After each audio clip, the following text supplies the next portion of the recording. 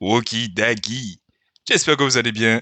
Donc voilà pour des commentaires de combat en Ligue Combago. Aujourd'hui, on est en League Master avec l'homme Melmetal 98 qui m'a partagé quelques combats plutôt sympathiques. Alors, je dis plutôt sympathiques alors que je les ai pas encore vus, mais je sais que Melmetal c'est un grand combattant puisque je l'ai rencontré lors du tournoi de Slog 27. Donc, je sais pas si vous connaissez Slog 27, mais si ce n'est pas le cas, c'est un joueur de Pokémon Go très actif sur TikTok, qui fait très régulièrement des lives et qui organise notamment des tournois où on a des très grands joueurs, notamment Ikami et Sikris. Il y a pas que, mais bon, je cite les plus célèbres.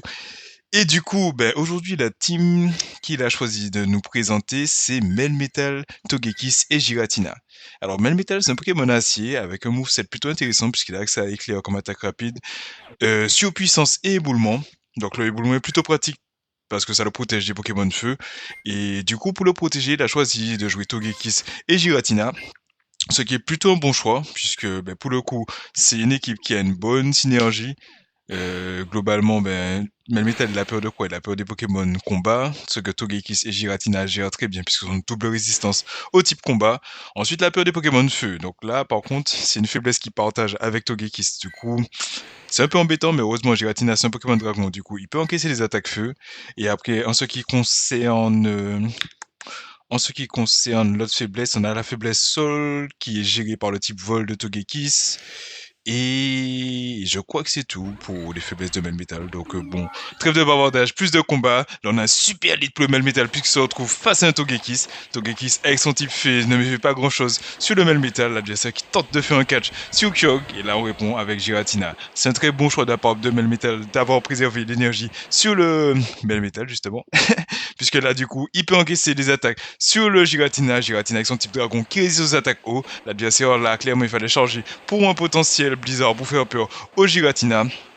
Mais bon, l'adversaire potentiellement il joue Fatal Foot, donc dans tous les cas, ça aurait été résisté. Le Giratina qui passe ce ballon qui fait des dégâts plutôt respectables sur le Kyogre, a priori à ce stade-là, il peut se permettre d'encaisser et de totalement farm down de manière à arriver avec un ballon de chargé pour le prochain Pokémon. Le surf qui fait quasiment rien au Giratina, Giratina qui encaisse et qui tente de farm down, let's go. Le farm down qui passe très très bien joué de la part de Melmetal 98. L'adversaire qui choisit de revenir avec Togekiss, donc un petit bait à Von Mevet. Bien sûr, moi j'envoyais le ballon direct au cas où l'adversaire ne met pas son shield, justement l'adversaire ne met pas son shield, l'adversaire colle le B, la main fait une attaque rapide et il place le ballon va faire des big damage sur le Togekiss s'il met pas son shield, mais là à mon avis il va le claquer, non, l'adversaire qui met pas son shield et du coup ben, qui se retrouve dans le rouge. Du coup à ce stade là, j'ai envie de dire on peut limite envoyer le Togekiss et faire Charm et Form Down. Ouh, il a envoyé Togekiss, il a switch direct. Oh, il a voulu catch potentiellement. Sauf que là, du coup, l'adversaire, il répond avec OO.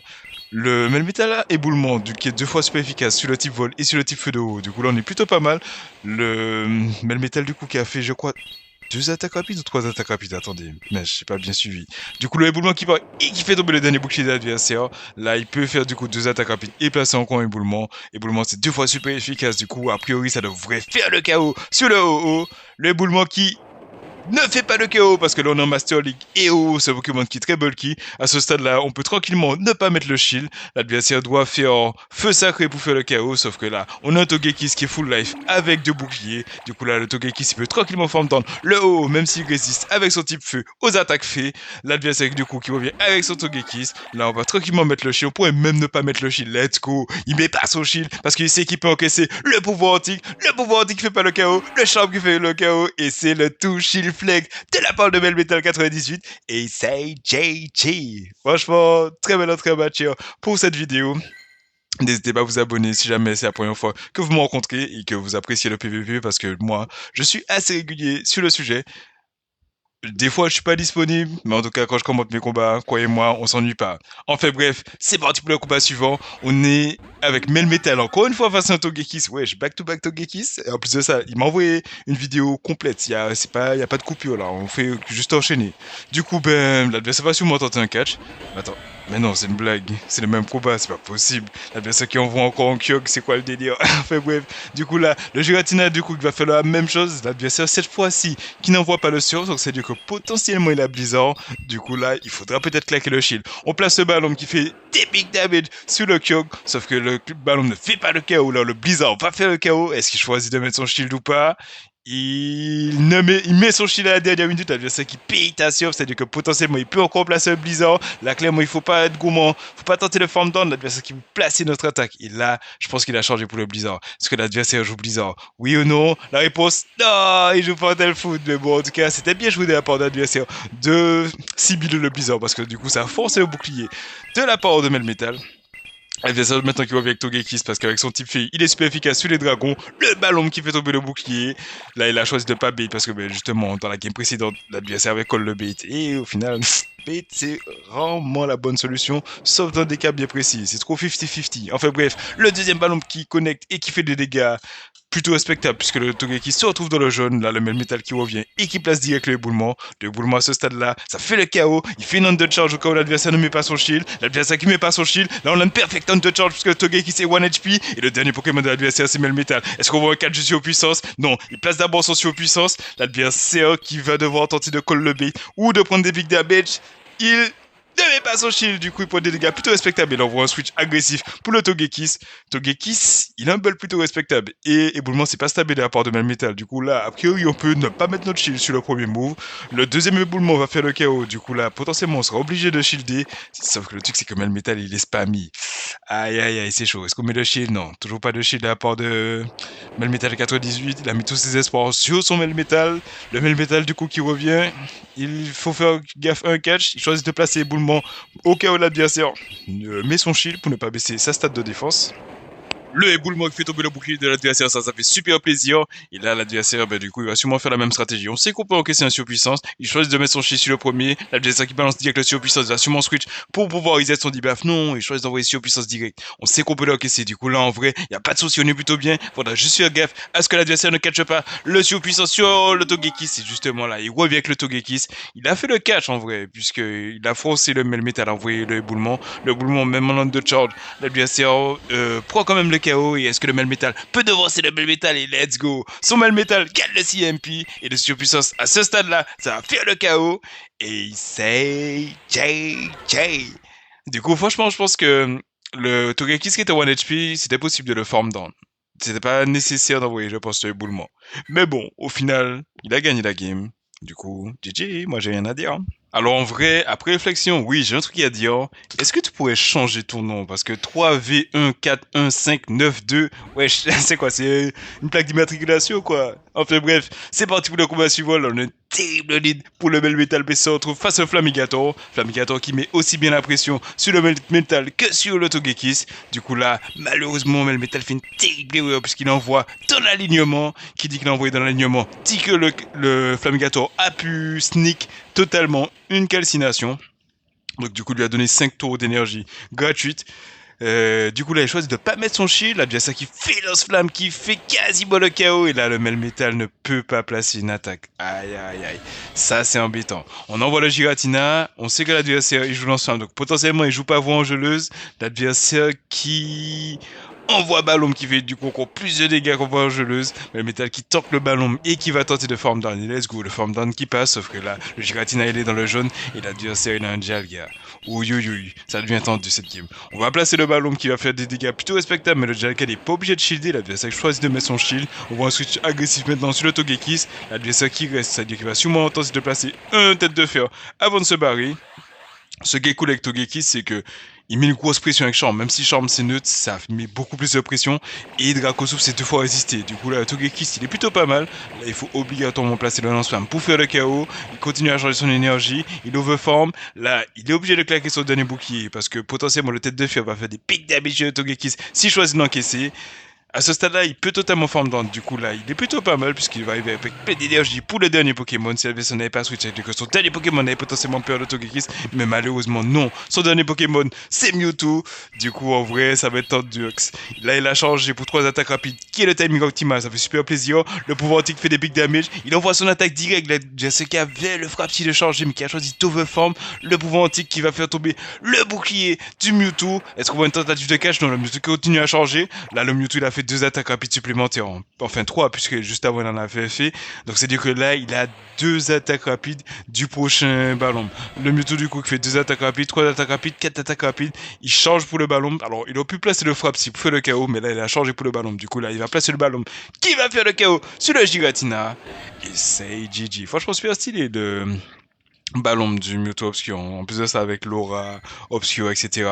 Donc, du coup, pour moi, là, le match s'est vraiment joué sur le calcination qui a été sneak. Donc, pour rappel, qu'on a 2 tours face à 5 tours, il faut envoyer à 2, 4, 7 ou 9. Le moment où il faut surtout pas envoyer, c'est après 5 attaques rapides, ce que Melmetal 98 a fait dans la game précédente. Mais bon, c'est pas grave, malheureusement, ça a coûté la victoire. Mais bon, c'est aussi comme ça qu'on apprend. Du coup, là, on a Melmetal face à Melmetal. On a déjà eu un duel de Melmetal, sauf que cette fois-ci, c'est en lead. On voit un petit bait à éboulement, l'adversaire qui met son shield, let's go, ça fait super plaisir. Et là, le surpuissant c'est passé en CMC. Il choisit de pas mettre son bouclier, il tente de coller le bait, l'adversaire qui choisit de ne pas bait et qui passe direct le surpuissance. Du coup, là, il a baissé sa stat de défense de niveau.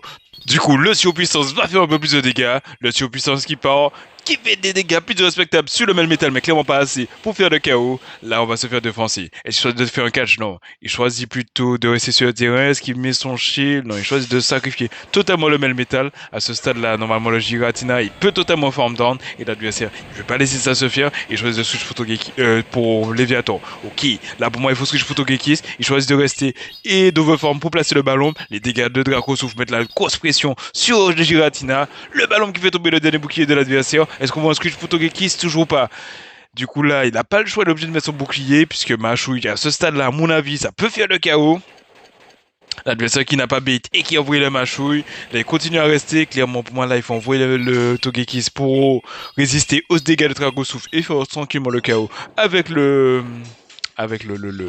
pouvoir antique. Enfin bref, là il choisit de revenir avec Melmetal. Melmetal qui a une attaque de charger. Clairement, il n'y a que éboulement qui peut faire le KO. Il choisit de pas... Non, il choisit de mettre son shield sur le éboulement. Il va tenter de form down, sauf qu'à mon avis, la Melmetal peut placer notre attaque. Du coup là, c'était un peu trop gourmand de la part de Giratina. Est-ce que c'est un surpuissance? Non, c'est un éboulement. Le Giratina qui reste avec un HP et qui arrive du coup avec un ballon de charger. Et là, le dernier Pokémon de l'adversaire, c'est Lugia. Aïe aïe aïe, le ballon qui va faire des big damage sur le Lugia qui est bulky, le Lugia qui résiste quand même super bien parce que ça a fait que 50% de sa vie, même 48% puisqu'elle était encore dans le vert. Là le Togekiss qui rentre sur le terrain et qui pourra placer le pouvoir antique. Dans tous les cas, même si l'adversaire avait placé Aeroblast, Aeroblast aurait pas fait le KO. Du coup là, à ce stade-là, le pouvoir antique va faire le KO sur le Lugia et c'est JJ. Du coup pour moi cette game, il y avait des manières plus safe de la jouer, mais c'était une belle victoire. Du coup, gros GG à Melmetal. On enchaîne, ça fait super plaisir. Et du coup, là, c'est parti pour le dernier combat, j'ai envie de dire. Hmm. J'étais persuadé que ça faisait déjà 5 combats, mais apparemment non, ça faisait que 4. Du coup, c'est parti pour le combat suivant. On a Groudon face à Melmetal. Oui, oui, oui. Terrible lead pour le Melmetal. La meilleure réponse c'est Togekiss, mais bon, c'est un peu compliqué d'envoyer un Togekiss comme ça. Il choisit de rester. Il place sur puissance juste avant que le Groudon n'ait un potentiel Lampogène pour un feu super efficace. Mais clairement, ça fait pas peur au Melmetal. L'adversaire qui met pas son shield parce que c'est que le Groudon il peut super bien encaisser. Là, on voit une tentative de catch du Lampogène sur Togekiss. Et là, l'adversaire choisit de répondre avec Togekiss. Aïe aïe aïe. Terrible erreur de la part de l'adversaire. Il aurait dû clairement placer un point feu avant de switch parce que là, son Togekiss est en retard au niveau de l'énergie. Le Togekiss de Melmetal 98 peut placer le pouvoir antique qui fait tomber le bouclier de l'adversaire. Pas de boost de la part du Togekiss. À ce stade-là, moi, j'aurais mis mon shield. Mais bon, il choisit de pas mettre son shield. Le pouvoir antique va faire le KO. Donc, du coup, à mon avis, son plan là, c'est de revenir avec le Melmetal et de totalement form down le Togekiss. Puisque clairement, là, le Togekiss n'aura pas le temps de charger pour un Aura Sphere. On peut totalement le form down avec Éclair. Là, il faut clairement continuer à changer. Le form down qui passe. On arrive du coup avec un surpuissance. L'idée là, à mon avis, c'est d'envoyer le surpuissance direct. L'adversaire qui revient Groudon. Le surpuissance qui va faire des dégâts plutôt respectables. Mais Groudon, il est bulky. Le surpuissance qui tombe dans le bouclier de l'adversaire. Et là, le back-to-back est ready to go. Du coup, le deuxième puissance va partir. Ça va pas faire des gros dégâts, mais bon, ça va. Là, on voit un switch agressif pour le Giratina. Et encore une fois, l'adversaire, il switch direct avant d'envoyer son attaque. Aïe, aïe, aïe. Sauf que là, le dernier Pokémon d'adversaire, c'est Zaoud. Ouh, ouh, ouh. Je sais pas trop comment on va faire. Ballon s'est résisté parce que c'est une attaque spec sur le type ténèbres de Zaoud. Le Vibro Obscure va faire des big damage. Sauf que le Giratina, il a encore 2 boucliers. Là, les attaques plantes de Zaoud sont clairement résistées. Donc du coup, on peut se permettre d'encaisser normalement un Vibro Obscur. Le Zaoud ne pourra pas farm down avec Folian qui est son attaque rapide. Ballon, même si c'est résisté, ça fait des big damage sur le Zaoud qui est bulky. Du coup là, on voit le deuxième ballon qui part de la part du Giratina. Giratina qui a son badge de meilleur ami parce que c'est le potosio de Melmetal 98. Là, l'adversaire qui va placer un Vibro Obscur. On va tranquillement mettre notre shield parce que a priori, on peut peut-être totalement le farm down. Non, il choisit de mettre tous ses espoirs sur Melmetal. Let's go! En vrai, j'aime bien ce play. Parce que là, clairement, le Vibro-Obscur, ça fait pas le KO. Le Goudo, même s'il a plein d'énergie, le prochain surpuissance va faire le KO. Le Vibro-Obscur qui fait clairement pas assez. L'adversaire qui tente wah, bam, combo play parce qu'il voit bien avec le Goudon. Là, l'adversaire doit placer point feu. Yes, il place point feu parce qu'à ce stade-là, le point feu, ça fait le KO. Le point feu, du coup, qui part en CMP avec le surpuissance. Le truc, c'est que si surpuissance, ça fait pas le KO, mais le métal, il aura des grosses difficultés à farm down le Groudon qui est le type sol qui résiste 2 fois aux attaques électriques. Le surpuissance qui part, est-ce que ça fait le KO sur le Groudon? Yes, ça fait le KO. Et là, la question, c'est est-ce qu'on peut devancer le Zaoud? Le Zaoud qui ne peut pas placer une attaque avant que le Melmetal le forme down avec Éclair qui est résisté par le type plante. Et il say JJ. Du coup, franchement, cette team, c'est une team ancienne génération. Mais là, elle a fait super plaisir dans cette série. Du coup, gros big up à Melmetal 98 de m'avoir partagé ces combats. Franchement, j'ai beaucoup apprécié les commentaires cette team. Alors, de manière générale, j'aime pas trop Togekiss parce que je joue souvent des Pokémon qui ont peur de Togekiss. Donc, les Charmeurs, c'est pas trop mon style. Mais pour le coup, je dois avouer que dans cette team, le Togekiss a totalement son sens. Du coup, ben, gros big up à Melmetal. Je t'encourage, enfin, je te souhaite le meilleur pour ta saison. J'espère que tu pourras atteindre tes objectifs. N'oublie pas, quand tu as 2 tours face à 5 tours, faut envoyer dans le bon timing. Donc, 2, 4, 7 ou 9 et surtout pas à 5 parce que si tu envoies à 5, alors tu peux tomber sur un CMP, tu gagnes un CMP, t'es bien, mais si l'adversaire continue à charger, tu lui donnes une calcination gratuite, ce qui fait beaucoup d'énergie. Enfin bref, si jamais vous voulez que je commente vos combats, n'hésitez pas à me contacter sur Discord, on peut se synchroniser. J'espère que vous avez apprécié, n'hésitez pas à frapper le bouton like, laissez les meilleurs commentaires pour vous donner vos meilleurs teams pour la Ligue Master. Et moi je vous dis à la prochaine. Hein. Yes, I.